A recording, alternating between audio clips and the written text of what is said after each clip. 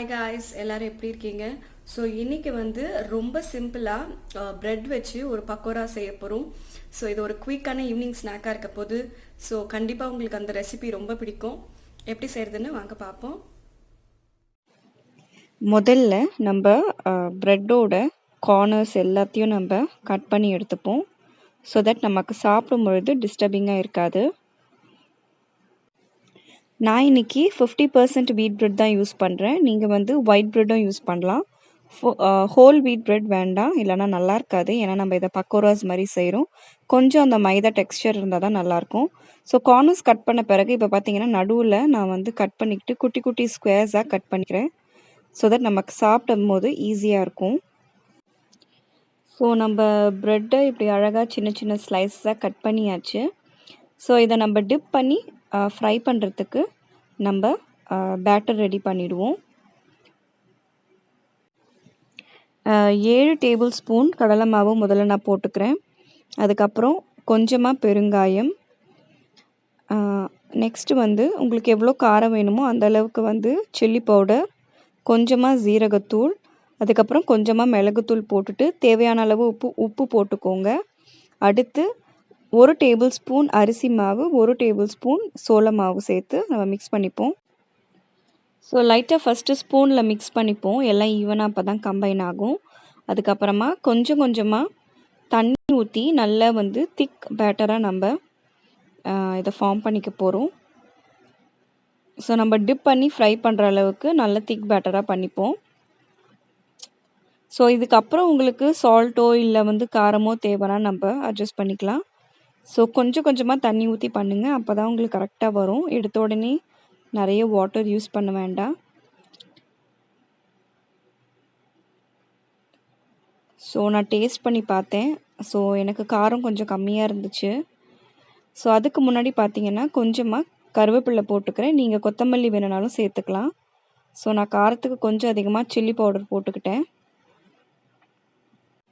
நம்மளோட பேட்டரோட கன்சிஸ்டன்சி இப்போ இப்படி தான் இருக்குது. ஸோ முதல்ல கொஞ்சம் போட்டு பொரிச்சு எடுத்துகிட்டு அப்புறம் வேணும்னா நம்ம எதை அட்ஜஸ்ட் பண்ணிப்போம். எண்ணெய் நல்லா சூடாயிடுச்சு. ஸோ நம்மளோட ப்ரெட் அண்ட் பேட்டர் ரெடியாக வச்சுக்கிட்டேன். இப்போ நம்ம இதை ஃப்ரை பண்ணிவிடுவோம். ஸோ நான் கையில் பண்ணாமல் இதை ஃபோக்கில் வச்சு பண்ணுறேன். அப்போ தான் நமக்கு கொஞ்சம் ஈஸியாக இருக்கும், கையிலையும் ரொம்ப ஒட்டாது. ஸோ ஒன்று ஒன்றா இந்த மாதிரி எடுத்து நம்ம ஆயிலில் ஃப்ரை பண்ணிக்கலாம். ஸோ கையிலையும் நீங்கள் வேணும்னா பண்ணலாம், பட் ஃபோக்கில் பண்ணிங்கன்னா ஈஸியாக இருக்கும். இப்போ நம்ம பஜ்ஜி அந்த மாதிரி வாழைக்காய் இல்லை பொட்டேட்டோ அந்த மாதிரி யூஸ் பண்ணோன்னா கையிலேயே பண்ணிக்கலாம்.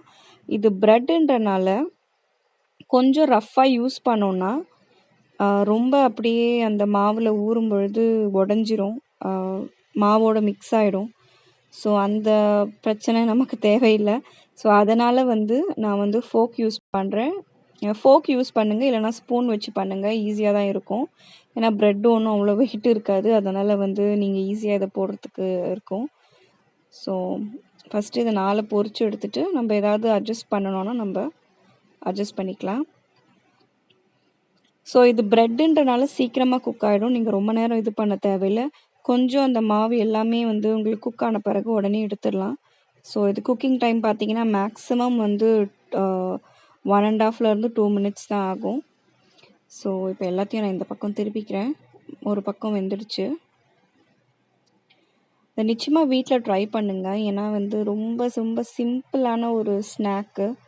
ஸோ ப்ரெட்டுன்னும் போது நல்லா தான் இருந்துச்சு. எனக்கு என்னமோ நிறைய எண்ணெய் உரியல. பொதுவாக ப்ரெட்டு பஜ்ஜி, ப்ரெட் பக்கோடாலாம் நிறைய ஆயில் அப்சர்வ் பண்ணும். நான் சாப்பிடும்பொழுது ஆயிலியாகவே இல்லை, அது ஏன்னு எனக்கே தெரியல. ஸோ அது வரைக்கும் எனக்கு சந்தோஷம்தான். ஸோ இப்போ நம்ம ஃபஸ்ட்டு பேட்சை பொரிச்சு எடுத்தாச்சு. ஸோ கிட்ஸ் ரொம்ப விரும்பி சாப்பிடுவாங்க, ஏன்னா வந்து ப்ரெட்டுன்றனால உள்ளே நல்ல சாஃப்ட் டெக்ஸ்சர் இருக்கும். ஸோ ஸ்பைஸ் மட்டும் அதுக்கு ஏற்ற மாதிரி அட்ஜஸ்ட் பண்ணிக்கோங்க. ஸோ இந்த மாதிரியே நம்ம எல்லாத்தையும் இப்போ பொரிச்சு எடுக்க போகிறோம். ஸோ ரொம்ப யம்மியாக ரெடி ஆயிடுச்சு.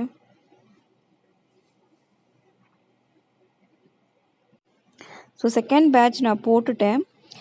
நான் பேட்டரில் கொஞ்சமாக தண்ணி ஊற்றிக்கிட்டேன், ஏன்னா திக்காக இருந்த மாதிரி இருந்துச்சு. ஸோ நீங்களும் இதே கன்சிஸ்டன்சியை ஃபாலோ பண்ணிக்கோங்க. கொஞ்சம் லிக்விடாக இருக்க கன்சிஸ்டன்சியே பெட்டர் தான்.